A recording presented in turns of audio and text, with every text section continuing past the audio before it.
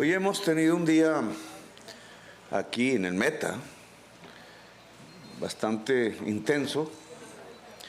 Comenzamos visitando las instalaciones de Ecopetrol,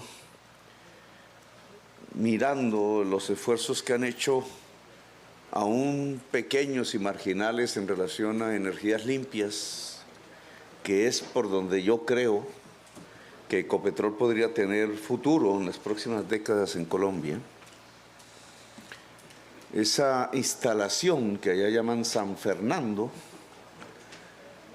que genera más o menos 80 megavatios, debería ser ya el ejemplo a seguir por todos los municipios del Meta y de Colombia, donde haya radiación solar intensa, porque es una forma de producir energía barata sin afectación al medio ambiente. Fíjense ustedes cómo se liga. A veces es difícil encontrar los caminos comunicantes entre la inundación y las energías limpias. Pero resulta que es precisamente la crisis climática el producto exclusivo de usar energías fósiles por los gases efecto invernadero que calientan el planeta y están, y cada vez peor en el tiempo, cambiando los patrones del clima. Pasar, y es una responsabilidad más de los países ricos del mundo, hacia matrices de energías limpias que no produzcan gases de efecto invernadero, se volvió indispensable si queremos que la humanidad siga viva en el planeta. Este COVID que acabamos de pasar, de acuerdo a algunos estudios aún no corroborados de la Universidad de Cambridge, tiene su origen en temas que tienen que ver con la crisis climática, porque al cambiar los pisos térmicos de ciertas frutas, cambió las rutas de los murciélagos, y alguno que tenía el virus se puso en contacto con nosotros. Y miren lo que ha producido. En perspectiva, si no hiciéramos nada, la situación cada vez será peor. Es decir, lo que tendremos son gobiernos que van de urgencia en urgencia, de emergencia en emergencia, y sociedades cada vez más afectadas por las circunstancias que significa la crisis del clima en todo el globo terráqueo. Entonces el tema de energías limpias se nos vuelve fundamental. Descarbonizar la economía. En el Consejo de Ministros del lunes, que dedicamos prácticamente toda la reunión a este tema, y es importante que lo vayamos socializando, recibimos el informe del IDEAM, institución del gobierno, y la probabilidad para los 3 meses que vienen, si es que no más, es básicamente que tendremos unas situaciones peores en un 40% en muchas regiones del país que el invierno del año 2010, que ustedes recordarán fue el más duro en los últimos tiempos. No tanto por la intensidad de las lluvias, sino por la permanencia de las lluvias en el tiempo, que vienen ya desde el año pasado. Eso no se veía en el 2010. Van elevando el nivel freático de los suelos, los van colapsando en términos de cantidades de agua, van creciendo los ríos, se van llenando los embalses.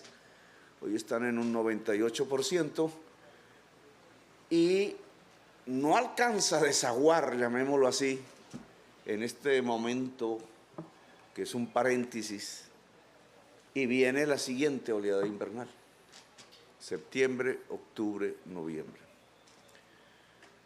que tendremos situaciones complicadas, muy complicadas, y entonces nos toca prepararnos. La idea del Consejo de Ministros era precisamente variar de entrada en el gobierno estamos estrenando, acaba de posesionarse esta mañana Javier Pava aquí presente, que será el responsable directo del cambio de concepción con que tenemos que afrontar la crisis climática. En general, lo que se ha hecho es atender emergencias. La persona cuando ya se está ahogando, cuando ya se cayó la casa, cuando hay que trasladarla a otro lugar, darles una plata, es lo que se ha hecho en estas últimas décadas, un dinero, con eso se entiende superado el problema. La sumatoria global de esos dineros es una enorme cantidad. Lo que queremos es prevenir, es disminuir el riesgo. Ojalá no se presentaran víctimas. Es diferente una concepción alrededor de la emergencia que una concepción alrededor de la disminución del riesgo. Claro, no tenemos mucho tiempo. Debió hacerse desde antes. Disminuir el riesgo en estos casos de oleadas invernales significa tener mapas de riesgo antes que nada. Con los mapas del IDEAM, porque la orden legal de hacer los mapas de riesgo ya estaba impartida y no se ha cumplido, solo 12 municipios en toda Colombia han hecho mapas de riesgo. Hay como una especie de evasión del problema por parte de las autoridades locales y básicamente porque hacer un mapa de riesgo significa, 2, saber cuánta población está en riesgo allí ubicada en esas zonas, 3, hay que reubicar y eso vale. Y cuando eso vale, entonces un alcalde, una alcaldesa se dice, miércoles, ¿y ahora con qué plata voy a hacer eso? Mejor no toquemos el problema, mejor esperar y si las circunstancias dieran, actuar con la concepción de emergencia que ya es ir a sacar familias. Los mapas de riesgo de alguna manera los podemos hacer con el informe del IDEAM, que ojalá sean más precisos, todo esto son probabilidades. Nos muestra los escenarios diferentes en los siguientes meses, indudablemente el meta en general, por las vertientes, por deslizamientos de tierra y por inundaciones de los ríos, pues va a tener un problema. Es una de las regiones con varias en la costa Caribe, en Antioquia, en Nariño, etcétera, en Santanderes, que más puede tener intensidad en esta crisis climática. El mapa de riesgo entonces, con el IDEAM, nos va a mostrar una serie de familias en el campo y en la ciudad que hay que reubicar. Yo lo que he pedido es que esas reubicaciones sean permanentes. No es a un albergue, que es la emergencia, cuando toca, toca. Es básicamente para hacer de la crisis una oportunidad. Porque si lo mira uno desde la perspectiva del campo, campesinos, familias campesinas viviendo en alto riesgo, comunidades indígenas, al reubicarlas, que tienen que tener uso productivo, las tierras nuevas, pues nos plantea de hecho un tema que es fundamental, la reforma agraria. Y cuando se mira desde la perspectiva de la ciudad, implica la posibilidad de urbanismos, de hábitat conviviales con la dignidad humana, precisamente para la población más pobre, porque en general, no siempre es así, pero en general, la población que habita las zonas de alto riesgo es la población pobre de Colombia. Porque el que tiene con qué, pues se ubica él mismo. Ya todas las ciudades saben, es muy difícil, aunque sí sucedió en Bogotá, que barrios de alto estrato pues estén mal ubicados. En Bogotá sí sucedió. Y seguramente que hay casos y otros ejemplos, pero en general es la familia pobre la afectada. Estas indicaciones se van a dar en todo el país, se están dando en todo el país, alistarnos, no esperar ya cuando sea tarde. Reubicarse es un problema, es complejo, es un proceso, a nadie le gusta salir de donde está. La inercia lleva a eso. Solo es posible si lo que viene para una familia es mejor que como está. Si no, la reubicación fracasa. Si va a empeorar sus circunstancias, pues nadie se reubica. Si va a mejorar sus circunstancias de vida, la reubicación es posible. Ya el doctor Pau aquí presente y los decretos y resoluciones que saldrán sobre esta materia para todo el país traerán los instrumentos más adecuados. Indudablemente esto significa plata, y plata es lo que no hay. Pero tenemos que afrontar las cosas como es. De la crisis, una oportunidad. Aquí, entonces, tenemos un ejemplo simbólico, porque obviamente solo caben 85 familias, entonces, y tiene que ver más con el esfuerzo de la alcaldía de cobrarse los impuestos que no ha pagado la SAE, y entonces a partir de ahí se hizo posible, el cambio de gobierno pues lo determinó, el que estos lotes puedan servir en el programa de adaptación de la ciudad de Villavicencio a la crisis climática. Para hacer vivienda, ojo, no es simplemente vivienda, es hacer hábitat. Hábitat. No es una vivienda, es hábitat. El hábitat es fundamental si queremos que la calidad de vida aumente en este país. La SAE va a cambiar.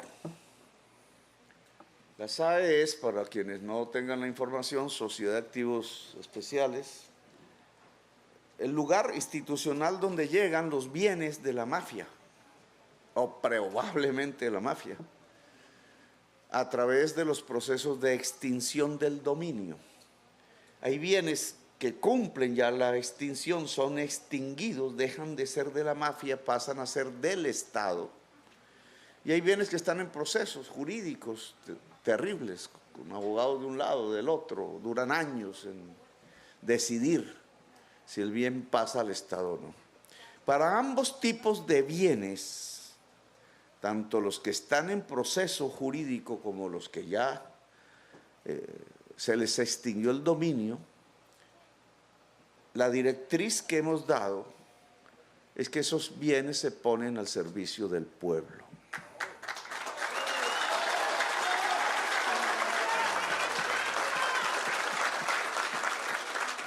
Y este es un ejemplo concreto. Aquí comenzamos, aquí en Villavicencio, con este lote, estos lotes. Son billones de pesos los que están allí guardados, en todo tipo de bienes, apartamentos de lujo, casas de lujo, tierras, dineros, joyas, esmeraldas, oro, arte, etcétera. Todo eso puede tener una función social. Todo. Porque si es un apartamento, pues ahí se pueden instalar oficinas de una fundación, de cualquier materia que quiera atender a la población. En general, han existido enormes procesos de corrupción dentro de la SAE. La misma mafia ha querido devolverse sus bienes y ha utilizado el Estado para ello. Y entonces, a través de los arriendos, quedan en manos de ellos mismos, como si no hubiera pasado nada. La clase política ha echado mano allí para quedarse con tal cual bien, con sus amigos, etcétera. Ha sido el escenario, digamos, un tanto oscuro de algo que el Estado en realidad no ha tenido una política. ¿Qué hacer con eso? Venderlos, no venderlos, recuperar la plata, etcétera. Nosotros queremos tener una política. Allí se puede montar una economía en el tamaño de esos bienes. Una economía, fíjense ustedes que en el fondo es propiedad del Estado, lo que hay allí, pero que debe tener iniciativa privada popular. Todos los bienes de tipo agrario deben ponerse a producir y deben ser entregados al campesinado, así sean formas de arriendo, si es que jurídicamente no podemos hacerlo de otra manera.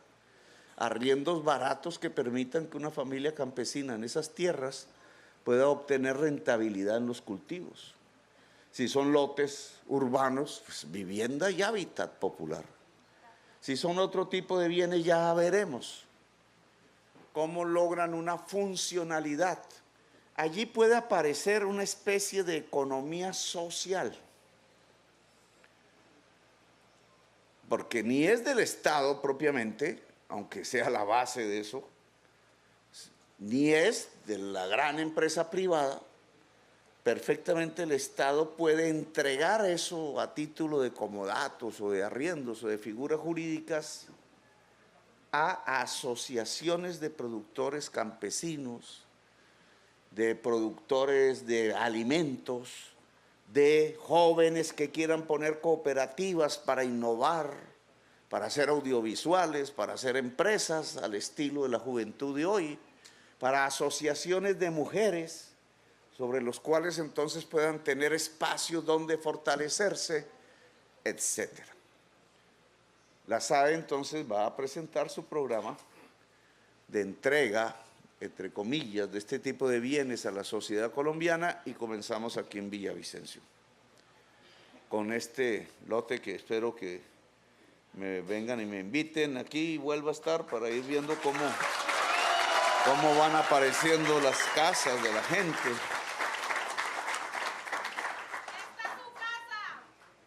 Esos bienes pueden tener un uso precisamente en esta crisis que se avecina de tipo climático.